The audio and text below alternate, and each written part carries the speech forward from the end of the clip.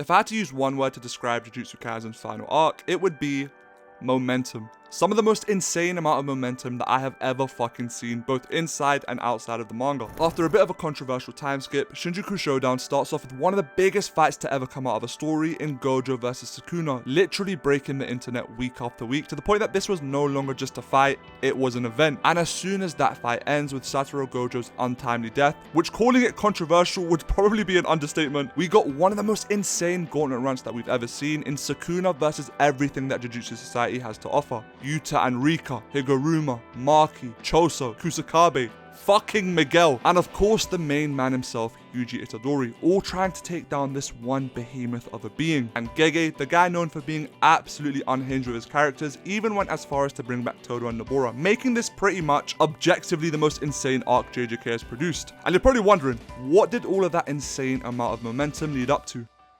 Well, an ending that left its fan base calling the Taliban, burning the manga, and once again lamenting its final arc. And even though I quite like the ending, and I'll be expanding on that a bit more later in the video, I'm not gonna sit here and pretend that I can't understand why. Of course, I mean, you know, don't fucking call the Taliban, please. JJK has always had a problem when it comes to character interactions, and that was 100 times worse in this final arc. Nobara and Todo's comeback happened so late in the series that it really makes you question whether or not bringing them back was even worth it. And finding out that Yuta, Higuruma, and Kusakabe are alive in the end make it so that Sukuna never really caught that many bodies and makes his gauntlet run a little less impactful, as well as diminishing the impact of previous decisions, like Yuta going into Gojo's body, since it never really had any repercussions other than leaving a fat ass scar on his goofy looking face. The point of all of this is to say that once again a shonen series has delivered an ending that, to put it mildly, didn't exactly leave its fan base jumping for joy. And that point gets doubled down on by the fact that literally 2 months ago we had the exact same thing happen with My Hero Academia. The final arc once again being this insane culmination of everything the series has had to offer. What did this all lead up to?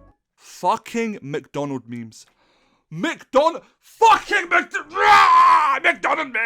And both of these series ending back to back in such a manner means that shonen has once again given itself a reputation for quote unquote bad endings. But I don't think it's fair to give the entire demographic a title like that simply based on just 2 series, especially since they come in all shapes and sizes. All shapes and sizes. Let's look at the stats to see whether or not this is true by analyzing the most popular shonen magazine, Shonen Jump. And trust me, a lot of the shit that I found was kind of fucking insane. But quickly before we get into that, I don't know if you noticed on the cover, but that's Son Goku. And a little fun fact about Goku is that he's based on somebody called Sun Wukong, a character that's known for literally and metaphorically pissing off the Celestial Court in Chinese mythology, and more recently gained a lot of attention from this game where I keep getting my ass handed to me. But you'll be happy to know that I finally finished the game after 230 hours, but I still want more Sun Wukong and the details of his journey to the west. And that's where the sponsor of this video, Raid Shadow Legends, come in. Thank you for paying my bills. If you use the promo code Monkey King when you register, you can get the legendary Monkey King Sun Wukong for free. The link to download the game will be in the description. Now trust me, don't sleep on this. This promo code is only up for 72 hours after you register, and it's strictly for new players, ending on October the 31st. If you know anything about the lore of Sun Wukong, you can probably guess this, but he is an absolute beast in Raid. He can swipe buffs from enemies, block their buffs, and his Staff of Wonder just laughs in the face of 50% of enemies' defense, dealing extra damage if he takes them down. And oh, did I mention he can also revive himself? Yeah, he's nuts. With over 4 million users and 250 million downloads, Raid is always evolving with more than 800 champions. This game gets a bit of a bad rep, but I have genuinely been enjoying playing it so much. One of my favorite things about the game, the insane amount of variety that you have with the champions. It allows me to experiment with different combinations and tactics to overcome challenges, and my favorite game mode has to be the dungeons.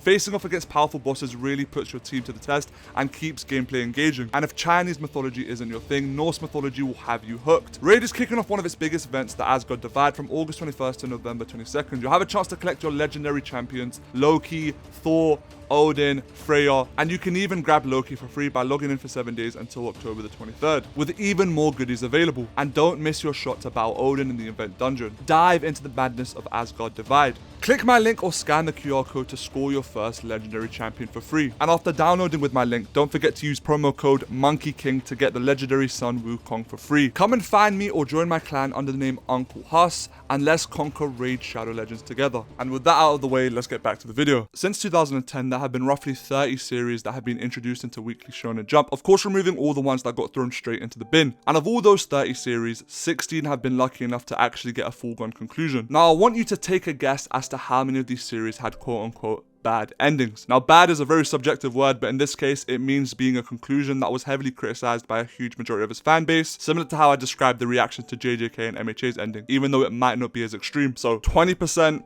30%, maybe even 50%. Nope, 75% have been considered quote unquote bad. Now that number is already bad in and of itself, but trust me, it gets worse. So let's take a look at what the other 25% that don't have quote unquote bad endings is actually made up of. It includes series like Haikyuu, Psyche K, Assassination Classroom, which if you haven't noticed yet are not battle shonen, but rather focus on sports, comedy, slice of life, or other themes of that nature. So in case you don't get it yet, I'm gonna make it crystal clear.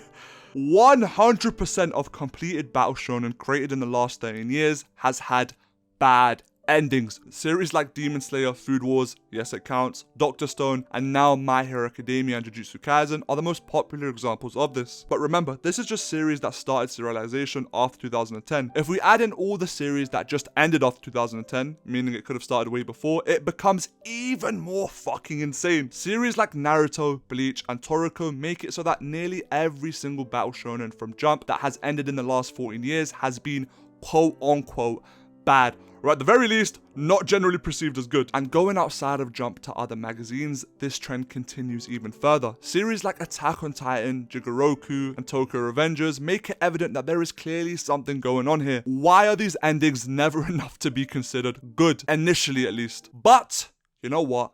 Maybe, just maybe, this isn't that deep of an issue. Maybe it's just bad storytelling and most shonen authors just don't know how to end a series. And that's the end of it. There is no need to research how shonen's entire structure sets up for failure, or how human cognition fucks up the way we comprehend stories now more than ever because of this leak pandemic going on, or the psychology behind fictional empathy, or the preconceived negative reception that comes with the series' reputation, or at the heart of it all, the glaring contradiction that lies at the core of shonen itself. Nope, that's all just waffle. Shut the fuck up, pass you unemployed bitch, and get a job. And then I thought about it for more than 10 fucking seconds and realized now in this modern era more than ever that this issue is so much more complex than I ever imagined, to the point that I would go out of my way and call this a paradox. Yes, you heard me, a paradox. Meaning that by the end of this video, you will understand why it might truly be impossible to end any shonen series in a quote unquote good way. And with that overly dramatic intro out of the way, there is no better place to start than by actually understanding what the shonen ending problem is, as it serves as the foundation for every point I'm going to make in this video. I think it's fair to say that bad shonen endings are usually characterized by 4 things. A really messy final arc, a lot of the time this would mean it has pacing issues with plotlines being rushed or just completely thrown to the side, characters not getting satisfactory conclusions, whether that be the way the villains are defeated, characters not getting the attention they deserve, or simply being forgotten about. A quote-unquote Disney ending, which I'm gonna say from now, I fucking hate that phrase with my entire being, but we'll get into that later in the video, which is essentially when a conclusion feels overly idealistic, and the most vile of them all, ships. Characters not ending up with people that a large part of the fan base want them to. And a lot of these criticisms can be traced back to both manga and shonen culture as a whole. What makes manga unique is that unlike other mediums where stories are released when it's completed, like movies or standalone books, or are much bigger entries in a series, like TV seasons or a book in a series, a manga story is released in small bits and pieces. And most of the time that happens in a weekly format, as that's where the highest realistic output is, and therefore the most money, which, you know, capitalism and that. But to an extent, that's the beauty of it. We get to experience the journey, grow alongside the story, form more intimate attachments to the characters, and dive into crafting our own theories and ideas along the way. However, it's also its biggest flaw, as once something is put out, it can no longer be changed. Whereas, once again, with a movie or a book, there's always an opportunity to reshoot, rewrite, or just change stuff before the complete story is actually released. Mangaka have to stick and work around what they release in those short periods. And with magazines like Shonen Jump, that issue is exacerbated by the fact that editors and polls are constantly on your ass, which you have to satisfy in order for your series not to get thrown into the bin. Another element of this that I feel like a lot of people don't acknowledge is that the authors are growing up and evolving with their series, and it's why it's so common to see their art and paneling change so drastically as the series goes on. But what that also means is that their vision for the story can just as easily change, making it harder to align current chapters with previously released stuff, even if their vision for the ending specifically remains. But to really understand the effect of this, let me take you back 30 years to one of the first times a major shonen series faced a shit ton of backlash over its ending. setting the stage for a pattern that we still see today. In 1994, one of the biggest series of the 90s, Yu Yu Hakusho, came to an end, and with that it was met with an insane amount of backlash from its fans, mainly due to its rushed final arc and the lack of closure that came with its abrupt ending. Now naturally, Togashi, the author of both Yu Yu Hakusho and now Hunter x Hunter, felt extreme regret over this, and this all came out in an interview where he discussed why things ended the way they did, saying that he had already decided how to end the story a long time ago. However, as the series became more and more popular, the editorial department at Jump forced him to continue the story. I compromised and kept writing, but as I became more and more fatigued, I could no longer continue writing Yu Yu Hakusho with the same kind of energy. I'm sorry to the fans, but I was physically and mentally at my limit. I bring up this example specifically because it reiterates what a lot of us already know about why so many mangaka, not just in shonen but in the manga industry as a whole, aren't able to maintain the quality of their series. But as bad as this sounds, I mean, it's a simple problem with a simple solution. Right? Let authors end the stories when they want to and how they want to. And although working conditions haven't gotten much better, which they need to fucking fix, series like Demon Slayer and now Jujutsu Kaisen, ending hundreds of chapters earlier than their predecessors, show that modern mangaka aren't being forced to prolong their stories the same way people like Togashi were. And that's something that I have to give Jump credit for, as according to the authors themselves, today they have more freedom to end their series on their own terms than ever. And with that logic, endings should be a little less controversial. Right? Right? What hasn't changed, however, is that most people attribute these criticisms to the fact that shonen at its core is a demographic aimed at entertaining young teenage boys. However, I don't think that really captures the issue. Shonen has evolved into something much more than a demographic. It's become a culture in and of itself. In fact, I'd argue that subgenres like battle shonen have developed into their own distinct identity entirely. They follow a well-established formula, one that has been refined over so many years by legendary authors. Stuff like the need to constantly raise the stake and power levels, adding more characters to keep the core audience engaged, yada yada yada, can all be really good when done well, but it's a double-edged sword, as these tendencies can lead to stories becoming far larger and more complex than initially intended, often overwhelming both the narrative and the author. And it's why final arcs are especially hard for battle shonen authors to manage, leading to so many unsatisfactory conclusions. But does that explain these bad endings? And more importantly, even if all this stuff does happen, I still think it's very possible to produce a good ending, which I know might sound a little bit weird, but let me explain. Writing is subjective, so of course my opinion differs from yours, and there's no way I can prove an ending is objectively good, especially whilst acknowledging that it has flaws, which is why writing the script was so fucking hard. But I'm going to anyways because it's my opinion and fuck it.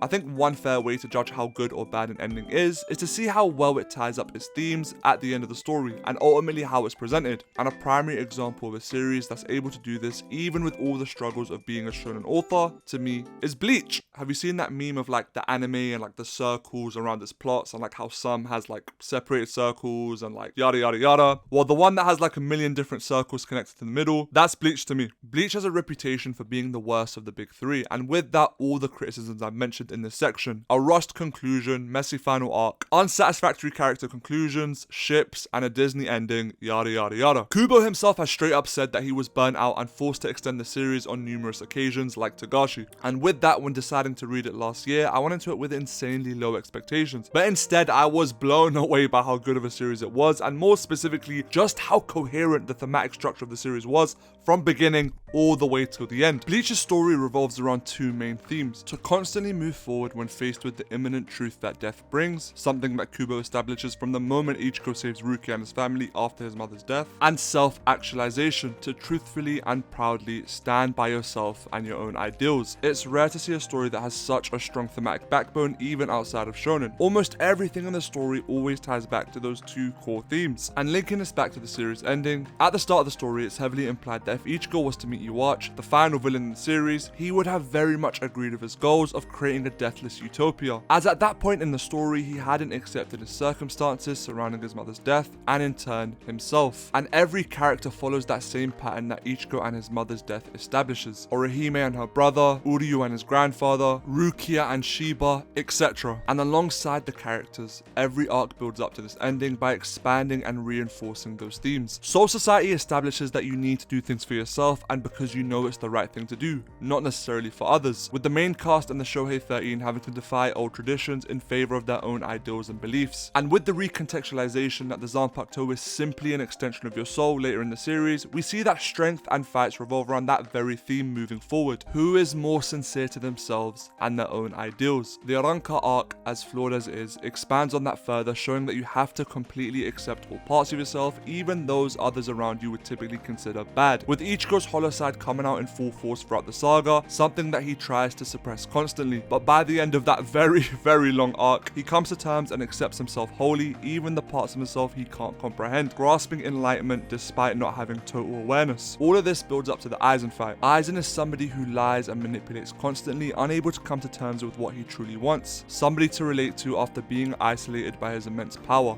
therefore rejecting himself. He is the embodiment of insincerity. Aizen affects the present with his powers of hypnosis, whereas Yuwatch affects the future with Almighty. Aizen is a fraud, whereas Yuwatch is fate personified. What I'm trying to say is that Aizen versus Ichigo is the perfect prelude to Ichigo versus Yuwatch from a thematic perspective, expanding on that focus on sincerity and self-acceptance, going from Ichigo having to fight the present to now having to fight the future, meaning that all the story's themes culminate in Thousand Year Blood War, the final arc, where Ichigo finally learns the truth about his mother's life and in turn her death, allowing the rain that haunted him throughout the series to become a positive memory, finally moving forward in the face of death, understanding and embracing all parts of himself completely.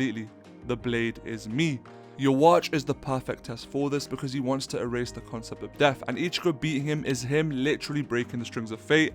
And even though their fight was on the shorter side, it's still my favourite fight in the series precisely because of what it means. He fights him alongside Aizen, who come to understand the true meaning of courage, a person who can embrace themselves and their mortality. The final fight and the conclusion embodying the central themes of the story, continuing the cycle of life and death. The point of that whole little tangent is to say that Bleach's ending is thematically perfect, even if the final arc has its flaws. I still don't know what the fuck Kubo was doing with the zombie stuff, I'm not gonna lie, but you know, I'll let it slide. Regardless, the story as a whole, in my opinion, is underappreciated because of how well it ties its themes together. Now, the point of all of this isn't to suck off Bleach, which, you know, I'll happily do any day of the week, but more to make the point that there is something deeper than just the storytelling itself. In the context of Bleach, Kubo getting burnt out as hell and a dogshit anime adaptation which ruined its reputation, removing a lot of his detail, making it harder to understand Kubo's vision for the finale, are just two of the many factors as to why an ending can become so negatively perceived. What I'm trying to say is that whatever that factor is has gotten worse and worse and worse in the 10 years that Bleach has finished, to the point that it genuinely feels like every fan base is going to turn into a nuke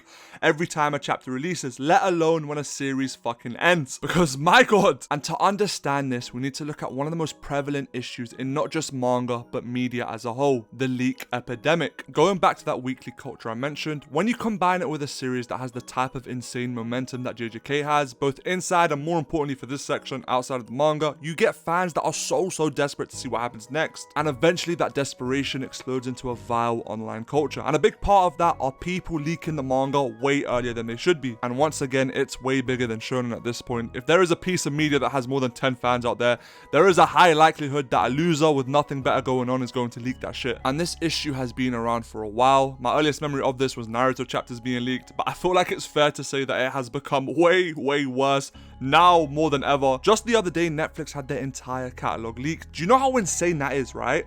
You can find Arcane Season 2 and Done episodes online already. Do you know how long I've been waiting for this shit and now I have to stay offline? And you may think the answer is simple. Oh, just don't look at leaks. Well, one, even if I do, there are many people who can't control themselves, and I'll probably just come across a leak looking at a chicken recipe anyways. That is not a joke, by the way. And the majority of people who are looking at leaks heavily influence all of the online discourse and general feelings around the series. So I'm basically put in a predicament. Do I not read something knowing that I'm probably going to get spoiled, or do I bite the bullet and just read it? And two, it's human nature to want to know about something you're heavily invested in, the same way you desperately want to know about the results of a test you've taken. So now you're probably wondering, well, Huss, what the fuck do leaks have to do with why shonen endings are bad? It's not like leaks are fucking strangling the author's neck Moving away from manga for a second, when looking at the relationship between the news and the outlook we have on certain ideas, whether that be different religions, certain events, or political stances, we see that the amount of information presented has an insane effect on what our opinion is on a certain topic. And of course that seems obvious, but more importantly for this section, that it's extremely hard to change our initial opinions due to the cognitive nature of us humans. One report that illustrates this idea really well is called Human Fallibility and Cognitive Predispositions, which aims to show how certain human thinking patterns make people vulnerable to fake news, misinformation, and for this section, misinterpretations, highlighting key psychological factors. Now, you're probably wondering once again, Huss, why the fuck are you bringing up the news? You ain't smart, you dumb son of a bitch. One, I agree, I'm not that smart. And two, that same logic applies to the way leaks are given out and received. The two main points that apply from that report are primary effect and confirmation bias. First impressions strongly influence opinions, which often persist even when challenged. People also tend to seek out information that supports their existing beliefs, reinforcing those opinions. And two, the illusory truth effect. Repeated misinformation becomes more believable even if the source is forgotten. You know, once again, it is so insane how bad this problem has got. Jujutsu Kaisen, arguably this generation's biggest series, just came to an end, and people criticized the ending heavily after only seeing one page and poorly translated leaks, because prior to the chapter releasing, one leaker decided to release 2 pages, a page of Gojo talking to Yuji, and the final panel of the manga, which, you know, with the amount of Gojo copies we have and the amount of people waiting to shit on Jujutsu Kaisen, naturally led to an insane uproar where the entire internet was just shitting on Jujutsu Kaisen's ending, with once again only 2 pages and bullet point leaks to use to actually judge the series. Remember guys, once again, this is the ending, this is the final chapter of the series, like, what? Call me rude, call me stupid, I can't fathom the fact that some people look at one page and for 24 hours they use that one page to criticize the ending, calling it shit, only for the entire timeline to basically switch up after the completed chapter had released, because they actually found out, oh, Sukuna had a decent conclusion. Oh, it's not just a trio side mission. Oh, Gojo's conversation with Yuji was actually kind of really fucking good, etc. But, you know, Jujutsu Kaisen is a bit of a very raw example. We don't know how people are going to react when the anime comes out. We don't know if the criticism is going to die down. A much better example to use would be Attack on Titan. A little context, if you were there when chapter 139 leaks dropped, the final chapter of the series, fuck me. It has to be one of the most insane internet experiences I've ever had. Coming straight off the back of season 4 part 1's ending, the hype was at an all-time high. People could not be asked to wait another year for season 4 part 5 part 7, the final season. Whereas, you know, I waited 4 years for season 2, but, you know, never mind me. People jumped straight to the end of the manga with 3 chapters remaining. A lot of people were also forced to read it since, like I said earlier, there was a 99% chance they were going to get spoiled, which kind of led to a lot of hate watching. And when the final chapter dropped, Twitter exploded. Everyone was shitting on the ending, and although I personally loved it, you know, I can see why some of the criticism was warranted. However, many were not. And 20 years later, after the anime finally adapted the final chapter, and it having so much more of a positive reception, makes AOT a perfect case study to see how leaks can negatively affect an ending's perceptions. One of the most prevalent issues that comes with leaks is the inaccurate translations of the dialogue. An example of a mistranslation that's still referenced to this day is the scene with Reiner, where after realizing Eren's true intention, he starts to say, "You really are," but then chokes up unable to finish what he says. And when this page got leaked online before the chapter had actually come out officially, it was translated as, "Eren, what a man you are." Do you know how fucking insane of a mistranslation that is? Especially when we're talking about Eren Yeager, the guy that just committed mass genocide. And not just any mass genocide, 80% of the population mass genocide. The accurate translation is Reiner referring to the line, "I really am a half-hearted piece of shit," but he's unable to say it because he feels so emotional. It's what he says when he reveals that he's the armored titan all along with Bertholdt, referring to the fact that as evil as his actions were, he was truly starting to get attached to his friends in Paradise. The first time we get to see his identity crisis on full display, and a moment that echoes throughout the entire story. Eren also refers to this moment during one of the most character and story defining moments in the series, when he decides to save Ramsey, knowing that he's gonna turn him into a pancake anyways, saying, "In the end, I'm just like you, Reiner, a half-hearted piece of shit. No, I'm even worse than that." That moment bringing their dynamics full circle. Now, I still wish we actually got to see the conversations, as it would have obviously made that moment way more impactful, which is probably my biggest flaw in the entire series. But taking a moment like that and turning it into the complete opposite is insane, and that's all because of the leaks. As someone who was there in the trenches during the 139 era, this line was used as one of the main sources of criticism against the series outside of that infamous moment. Even after people saw the official translations a few days later, the damage was already done, as people's opinions and criticisms had already been formed. And once again, I want to reiterate that to this day, it is still referenced by this subreddit who's been shitting on the ending non-stop for the last 10 years.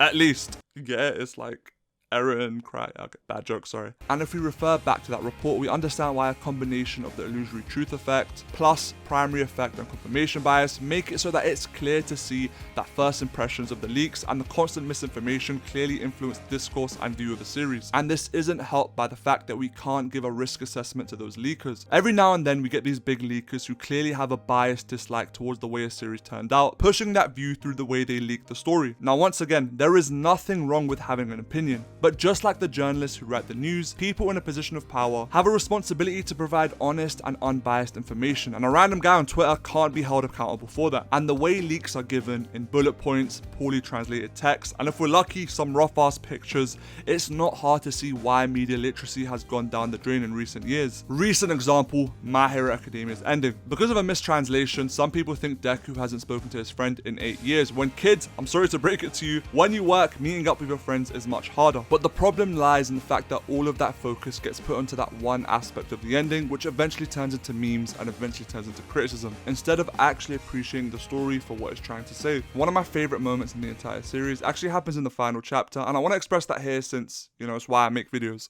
In the epilogue, Deku accepts his fate, being grateful that he can ever consider himself to be the greatest hero alongside others, even if it's simply on merit since he defeated the greatest villain, Shigaraki, and in turn, All for One. And that as long as he can keep inspiring others, he's going to be okay. But it's obvious from his facial expressions and dialogue that deep down he wants to be a hero. He craves it. From the beginning of the series to the final arc, he never feels like he can ask for more than what he has, nor that he's ever really earned what's been given to him. But the moment where All Might appears, crushing the ending sign and offering him another chance at being a hero has to be one of, if not my favorite moment in the entire series, referring to the moment where Deku first gets his power, saying, "Take this to heart, kid, you've also earned this power fair and square." And he's right, because of all the connections he's built through his efforts, he can still be a hero. Anybody can, subverting both the readers and Deku's expectations. But it's not only amazing for what it does for Deku, but the entire narrative. In terms of all conventional storytelling methods, All Might should have died. The baton should be passed down from master to student completely, and even All Might had that expectation for himself throughout the story. But Horikoshi constantly pushes the narrative that you're allowed to ask for more out of life. Whether you're a quirkless kid who still wants to be a hero, or a hero that's already played his part, you can still want more.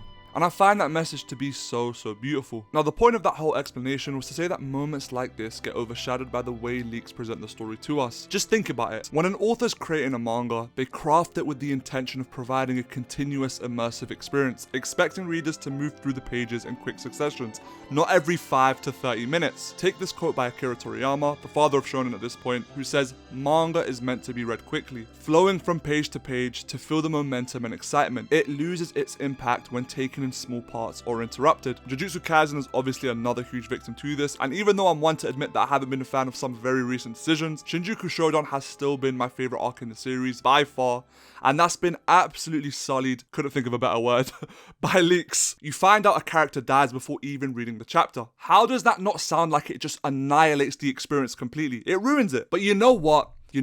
I can't blame them. That's right, take everything I just said and throw it in the garbage. And you know why they're able to justify using leaks? Because of translation terrorists like John fucking Wary. This is not actually him, by the way. I don't know when or how this man got a job with Viz, the company that actually translates the JJK manga, but my lord, you know it's bad when the voice actor of Itadori is going to war with anime journalists, by the way, pretty cool, didn't know that was a job, over how bad his translations are. Maybe you think I'm over-exaggerating, so here's some example of just how bad he is. In this panel of Sukuna's inner thoughts while fighting Higuruma, he says, "I was extremely careful that Malevolent Shrine's adaptation up to that point was interrupted and not nullified." Bear in mind, right, we just had one of the biggest fights in manga, almost entirely revolving around the idea that he needs Maharaga and the 10 Shadows to adapt to Gojo's 6 eyes.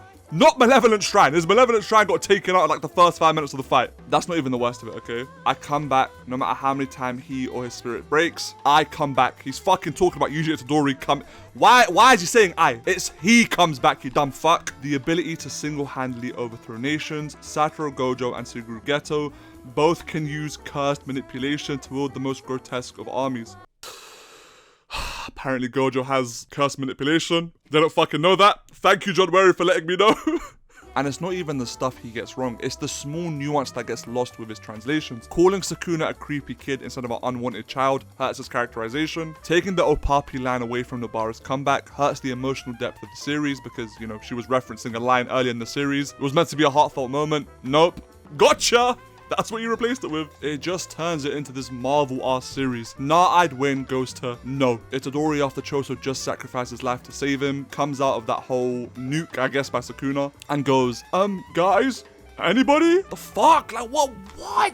This is a more accurate translation of that moment. Like, I hope you understand what I'm saying here. It's absolutely outrageous that these are official translations, and it's making this leak epidemic problem so much worse, as now people have to rely on them, or maybe less rely on them, but not see the value of having official translations instead of having to rely on these, you know, unprofessional ones, quote unquote. It's actually really sad. Now, I know this section is already way longer than it's meant to be. There's one last thing I want to do. I want to look at this from an opposite perspective with Chainsaw Man Part 2. Well, what's the difference, you may ask? You probably didn't ask, but I'm going to tell you anyways. The way leaks happen with manga, as far as I know, is through the physical magazine, where prior to its release, they get printed, prepared, and shipped to stores. And usually what happens is that somebody who works at a store or a publishing company takes pictures and posts what's inside the manga, or at the very least, relays that information online. However, since Chainsaw Man Part 2 moved to Jump Plus, a completely digital platform with no physical magazine whatsoever, the chances of getting leaks have tremendously lowered, and that's reflected in how much less controversial reactions to the chapters are. The only time you ever really hear about Chainsaw Man is when something interesting happens in the manga, which should always be the case. The only criticisms it really gets are more fair and general, and a big part of that is because now it's more common to see people wait for chapters to build up and then read it because they have no problem avoiding leaks, whereas with others, you're once again forced to read it with a gun to your head because there's a 99% chance you're gonna get spoiled regardless, which, you know, is only my assumption, but being forced to read something would naturally make you have more of a disdain or negative bias towards it. Something I felt like I saw a lot with AOT and now Jujutsu Kaisen, allowing people to actually comprehend it and then meme on the little stuff versus just memeing without any comprehension. And to be honest, Chainsaw Man is already very confusing, and that confusion would probably get tripled by leaks, and therefore not forming opinions before they've seen all the pages. So what's the point of all of this? Well, yes, it does affect opinions of chapters, but that's not the ending itself. Well, it's more so the fact of what it leads to. Whether you realize it or not, these criticisms build up over a very long time, and fans develop their own interpretation or judgments based on incomplete information. Not experiencing the story the way it's meant to be experienced fuels disappointment and outrage, and this creates the first quote-unquote paradox in this video. Even if the ending is well crafted, it can be sabotaged by how leaks alter fans' expectations, turning them against the narrative prematurely. And as long as leaks are around, people will want to pursue them. And when leakers are now getting hundreds of thousands of followers, damn near 1 million, the incentive to keep leaking will remain. But that leads me on to another question. Why does this keep happening? Why can't we help ourselves and look at leaks?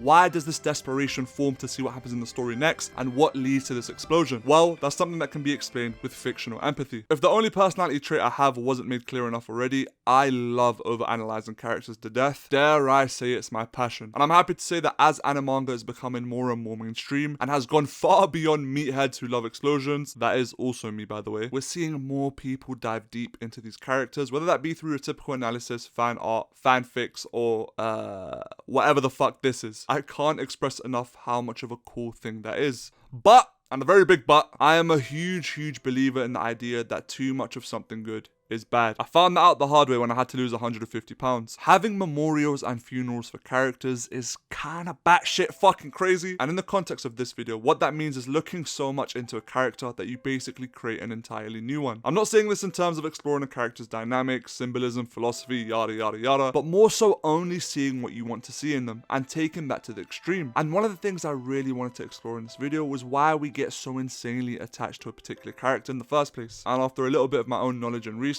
it's because of something called fictional empathy. Thomas Fuchs, a German psychiatrist, explains this idea very well in his book, The Virtual Other: Empathy in the Age of Virtuality. In his book, he explores how our capacity for empathy extends to fictional entities, emphasizing the risk of losing the distinction between reality and fiction, which is what leads to misinterpretations and emotional projections onto virtual and fictional characters. In this book, he breaks down empathy into 3 different categories: primary empathy, empathy that arises from direct bodily contact with another person; E.G, seeing sad guy makes you sad; extended empathy, which is when we extend that primary empathy into an explicit cognitive act; E.G, imagining what it would be like to be in another person's situation; and fictional empathy is when we extend that even further into, you guessed it, fictional characters or objects. This all happens in our imagination and, according to Fuchs, creates something called split awareness, or we empathize with a character knowing that they aren't real. Sounds pretty straightforward, right? However, it's when we lose that split awareness, we risk mixing reality and fiction, and end up treating these fictional characters like they are real people. This doesn't sound that bad, but the result of this can be that somebody gets too emotionally attached and end up giving the character personality traits or motivations that might not really be there,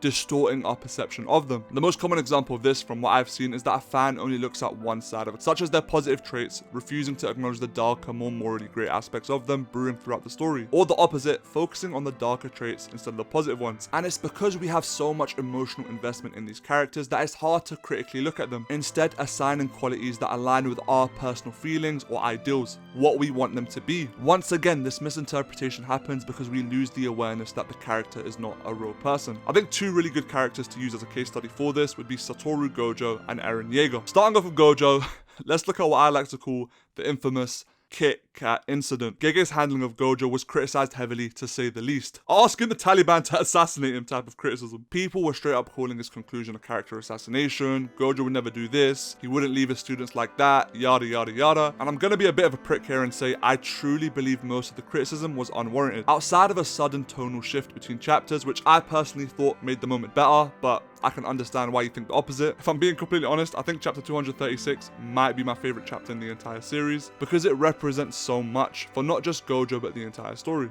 Gojo to me is by far the best thing Gege has produced, and he's a character that's far more morally grey than a lot of people give him credit for. But at the same time, he's a truly kind-hearted person, probably more than he himself actually realizes. But there's this weird genre of shonen fans that can't accept that contradictory characteristics can coexist in a single individual. That's what makes them so well written. Now, I might sound like I'm waffling, but just give me a moment to explain. When he's first introduced to the series, we see him as this really goofy and cocky guy with a charm that I'm yet to see reproduced in any other series.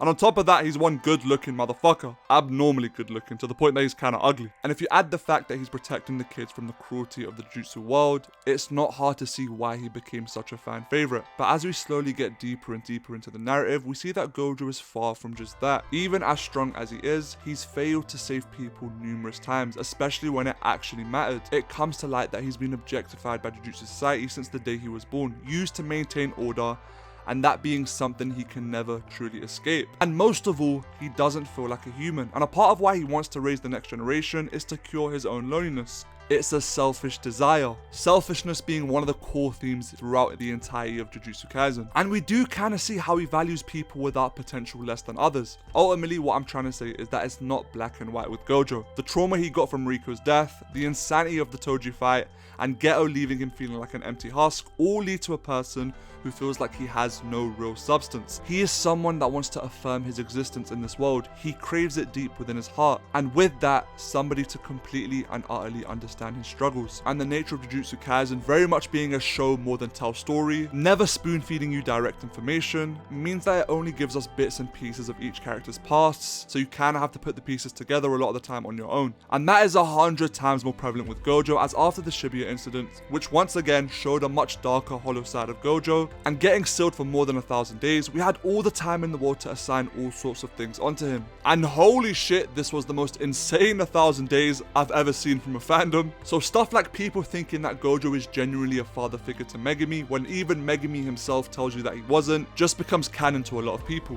Finally getting to the meat of this section, we get Gojo versus Sukuna, a battle that revolves completely and utterly around the theme of strength. So let's really understand what strength is in Jujutsu Kaisen. Similar to those in Bleach, it revolves around individuality and self-actualization, those who are completely honest and true to themselves. The best example of this in the series, in my opinion, is Toji Zenin. Toji is a man that has resigned himself to not caring about what others think of him, and basically whoring himself out for some cash after his wife passed away, abandoning Megumi, and with that, any attachments he had left to Jujutsu society. However, when confronted with a Gojo, now transcended into the unrivaled pinnacle of Jujutsu society, he chooses to go back on his word and fight Gojo in an attempt to, in his own words, to discredit it, to crush it, the pinnacle of the Jujutsu world and the Zenin family. I wanted this for self-affirmation, and I deviated from my true self. At that point, I had already lost. The point of this is that his death from a thematic perspective came from his facade and lying to himself about not really caring for his family or the JJK world itself. If he was truly detached, he would have lived to see another day and continued to live the life he wanted to. That is what strength is in Jujutsu Kaisen. Sukuna, on the other hand, is the representation of what strength is. He is a pure hedonist through and through. The story itself given him the title of throughout the heaven and earth, he alone is the honored one. Only his pleasure and displeasure exists, compared to a Gojo who gives that title to himself. His individuality is so radiant that he's seen as a deity in the world of Jujutsu Kaisen while simultaneously being seen as the king of curses. And that is something that Gojo acknowledges. What I'm trying to say is that this fight is two different things to the both of them. Sukuna, the deity that he is, simply trying to have fun and secure his victory, not trying to prove anything to anyone. And as much as it gets memed, I think him relying on Megumi's power serves his character beautifully, prioritizing long-term pleasure over a child like Mahito that takes what's right in front of him. Whereas Gojo is somebody who is using this fight to try and both simultaneously affirm his existence and, in his own words, wanted to convey all of his struggles to Sukuna. I wanted him to know the absolute strongest, the loneliness that follows, the one who will teach you about love is.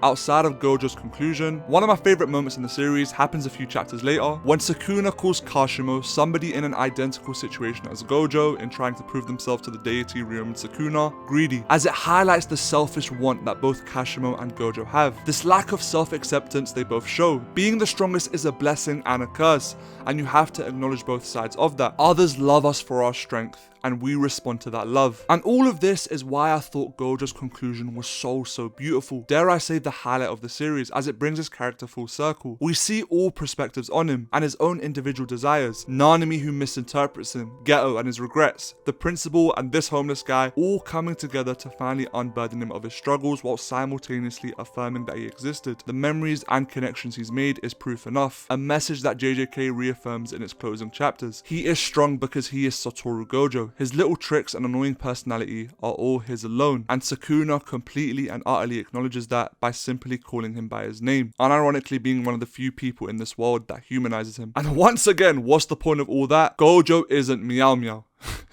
By the way, I love it when people meowify characters, but it's a really funny word that I wanted to use for this video. He's a morally grey character that struggles lie beyond just being a teacher. But even then, in the latest chapter, Gege goes out of his way to show that the other side of Gojo, which was always very much there, the kindness and going out of his way to find Nobura's mum, write Megumi a note, etc., is still there, perfectly highlighting his duality. And like I said earlier, this isn't exclusive to just Gojo, and also he is ultimately a side character at the end of the day. We've seen this before in an even more extreme case with the MC, Eren Yeager. Eren is by far the most controversial part of AOT's ending, and in turn the final arc, and a big part of that is because, like Gojo, Isayama left a lot about Eren in bits and pieces throughout the story for us and the cast to figure out going towards the ending. But I think what's interesting and also kind of funny about Eren's case is that it's two sides of the same coin. Meow Meow fans and these alpha male Chad dude bros, whatever you want to call it, who are, if I'm being honest, a lot worse. I'm gonna kill all my enemies. On one angle, people think he's this one-dimensional character that just screams and basically plays into a revenge fantasy that a lot of people have. Or on the other hand, that he's this Pookie that commits mass genocide just for his friends. And the answer is that he's actually somewhere in the middle. Literally, like the back of this volume says, for your friends, for your dreams, trample the outside world no matter what may be underfoot. Once again, highlighting this duality that he has. A character can have numerous motivations that, like in Eren's case, can even contradict themselves. Eren is both selfish and selfless. He feels empathy, but deep down he wants to wipe out everyone because at his core, he's someone who can't accept the outside world for what it is, and with that, humanity is evil, and so deep down he wants the future that he sees. He can't change it, not because he's some Doctor Strange, whatever type bullshit he can see a million futures, but because he wants it, playing into the idea of compatibilism instead of purely determinism. Now, I'm not going to get into the whole determinism, compatibilism bullshit because I kind of made a whole video about that. Feel free to check out later, but I just wanted to make the point that fictional empathy can create these black and white view of characters, and that same logic applies to the story. Fictional empathy can be beautiful, but when it turns into mischaracterization of the story and characters, it becomes a problem that has a huge knock-off effect for the rest of the story, as it slowly builds up into plot points that aren't there, and when they're not resolved, you get an influx of fans further criticizing the ending more than it's really fair to do, due to these made-up expectations. So many shonen series involve characters with morally ambiguous actions, and fans' ability to emphasize with those characters can make or break the ending. If a character takes an action that divides fans, half may find it justified, the other half may condemn it, and this leads to a huge split in people's opinions on a story, which is okay, but the paradox is that while complex characters are vital for storytelling and depth, their complexity makes it impossible to satisfy everyone, as once again, viewers interpret them through a different moral and emotional lens. In extreme cases, fictional empathy becomes so bad that it turns into the most bizarre fandoms I've ever seen, giving a series a bad reputation, which affects the perception of a series as a whole, including its ending. And if you can't tell yet, we're moving into the next section. A series' reputation really has a huge effect of people's perception of an ending. Sorry about that. A series' reputation is built over time due to numerous factors, whether that be its unique way of storytelling, fights, characters, how dark or lighthearted it is, or just one fucking YouTube video. And it is something that does have an effect, especially when it comes to the reactionary element of endings. For example, if a series has built a reputation for being a story that isn't taken seriously, then its reaction towards the ending will follow suit. And on the other hand, if it's built a reputation for being a darker story, a story that's willing to kill anybody, then fans will be quick to criticize its ending if a decent amount of characters don't die, etc. MHA and JJK actually illustrate this really well on two different sides of the spectrum. In My Hero Academia's case, it's obviously built a bad reputation, mainly due to its very bizarre fanbase, which I'm not going to dwell on too much because you've probably heard it a million times, but this picture can probably do all the talking. And this has had a knockoff effect for the rest of the series. Any online discourse surrounding the plot, characters, themes, etc. are all heavily impacted by the negative perception of the series that has been built over so many years. So when it comes to the ending, a lot of people already approach it with criticisms well ready, or on the opposite end, high-end expectations, which I'll get into later. The only evidence you need is how quickly people start spamming memes mocking the series as the first reaction to any event in the story. And once again, that gets exasperated by leaks and the attachment to these characters. But when people start to use that as actual criticism for the story is where I start to take issue. And with that, every time the series does try to go in a more darker, serious tone, there's always a more general fan base that refuse to take it seriously. Now the series itself is partially to blame for this, since we had so many sleeper arcs like the whole Class 1A versus 1B stuff, but the fact that it never really escapes that even in its final arc, I think is a real shame. The reality is, I think My Hero Academia's final arc is actually one of the strongest stretches in the series. Dare I say, the best arc. And what happens instead is that flaws are blown way out of proportion. Calling something a character assassination when in reality, Horikoshi could have simply spent more time on them, all for one being trash because he lost his aura, as he gets reverted back to the pathetic individual that he is. These are genuine criticisms that I've seen online. And also on a bit of a side note, what's with this weird obsession shonen fans have with the need for every main character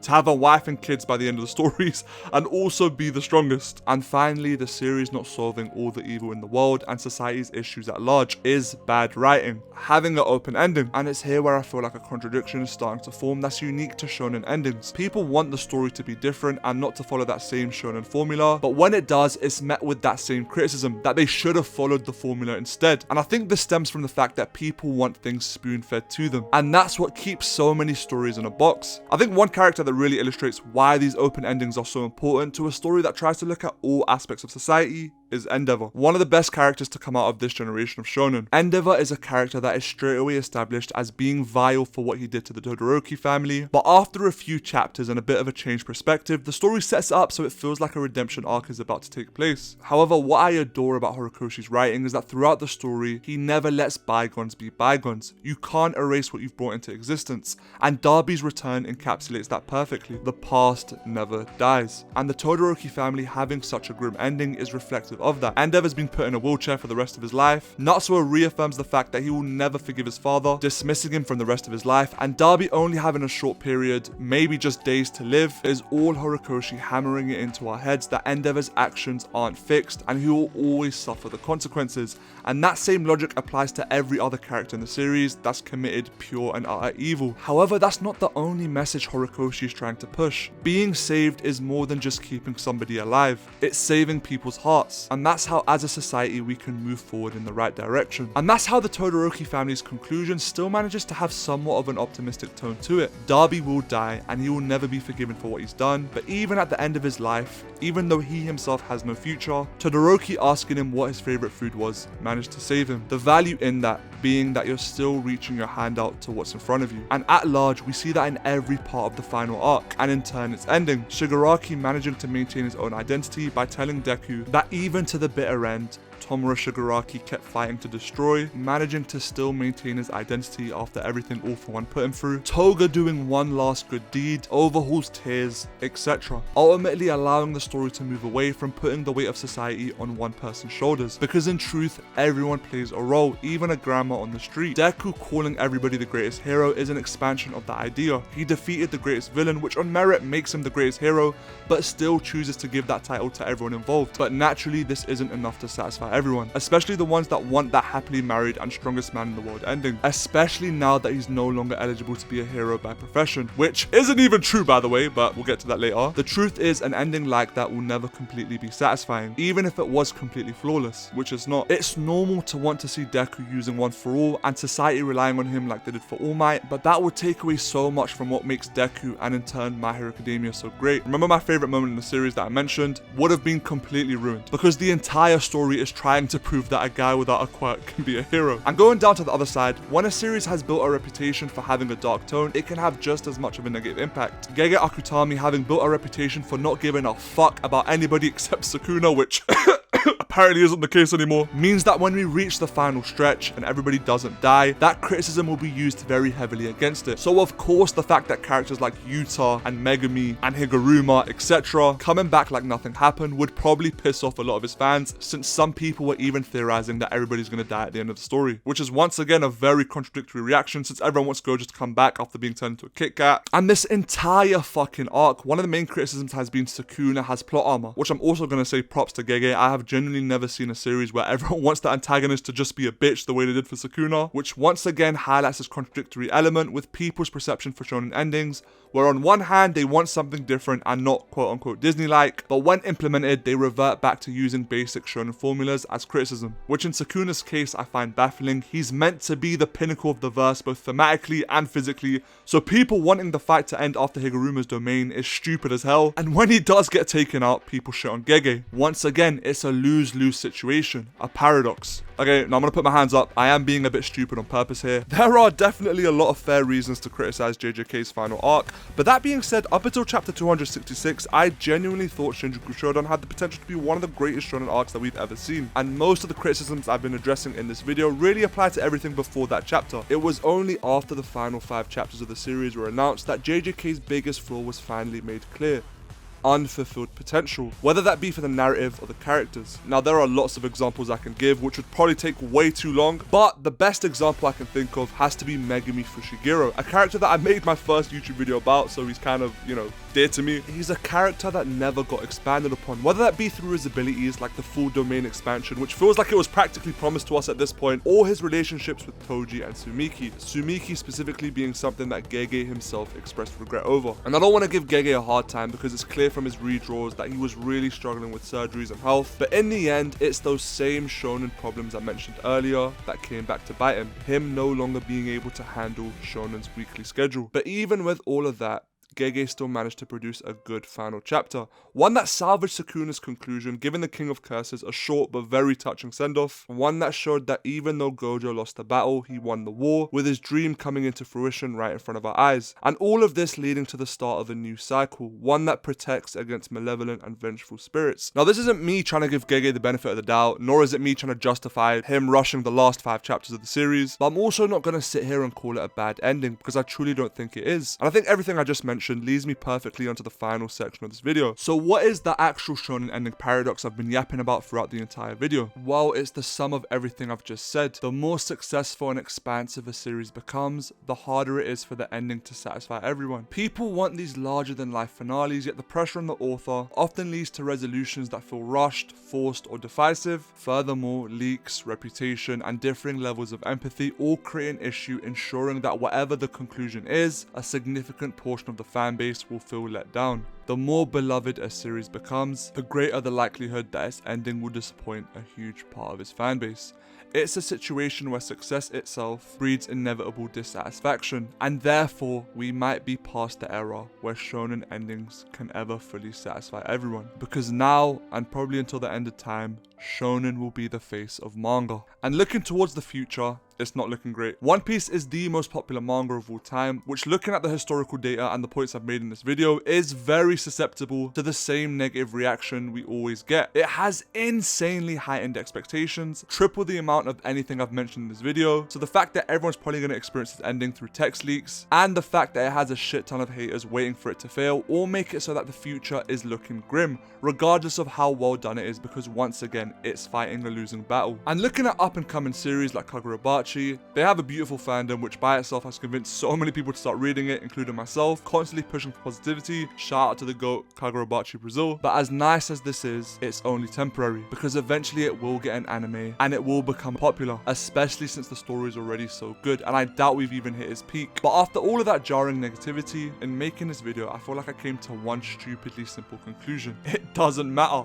None of it does. This problem is only going to get worse and worse, but who cares? Because ultimately, it's only your experience that matters. You know, I'm going a bit off script here. I'm getting a bit personal with my own experiences with a series that I love. I've kind of hinted at it throughout the video, but I am a huge Attack on Titan fan, and I defined a huge part of my experience and how people rated the series that I love. You know, it's a bit embarrassing to admit, but I'm sure everyone relates to it to some capacity. We want our series to be beloved. We want it to get the respect it deserves. And when Attack on Titan's ending came out in the manga and so many people were shitting on it, I would be lying if I said I wasn't so hurt. Abnormally so. A lot of what I wrote about fictional empathy is my own experiences. However, after soldiering the hate, I came to understand that it really doesn't matter what other people think. AOT's final message of having to acknowledge the cruelty and beauty in this world is something that still resonates with me to this day, and the fact that I got to experience such an amazing story is all that matters. And funnily enough, when I stopped caring and the anime finally adapted the ending, the reception was so much better. But then again, it doesn't matter, because it doesn't affect my experience with the story, and it shouldn't affect yours. And that's what it's all about. The beauty of shonen lies in this out of this world feeling it gives you. Seeing a character mature over the course of the series, overcoming obstacle after obstacle, and learning to live faithfully is why I will keep reading these stories no matter what. I don't want to be that guy that tells you you can't critique stories. You absolutely can, and you probably should, because if you don't, motherfuckers like this are going to keep thinking they can make these dogshit stories, which I need them to stop. But at the same time, you have to find the beauty in it,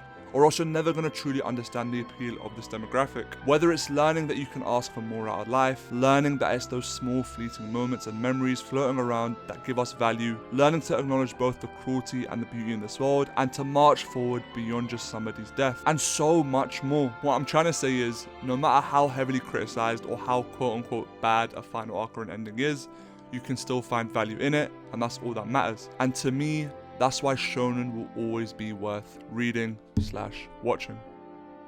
And yeah, this video took me a really long time to make, so I hope you guys enjoyed it. Also, leaving a like would be greatly appreciated. Also want to say thank you guys so much for helping me hit 8,000 subscribers. Kind of insane that we're this close to 10k, so if you guys could subscribe as well, that would be so greatly appreciated. Leave a comment and tell me what you thought of the video, whether you disagree or whether you have something to add. And also, don't forget to use my Raid Shadow Legend link in the description, or scan my QR code to grab your first legendary champion for free. And with that, I hope you have a wonderful day, my friends.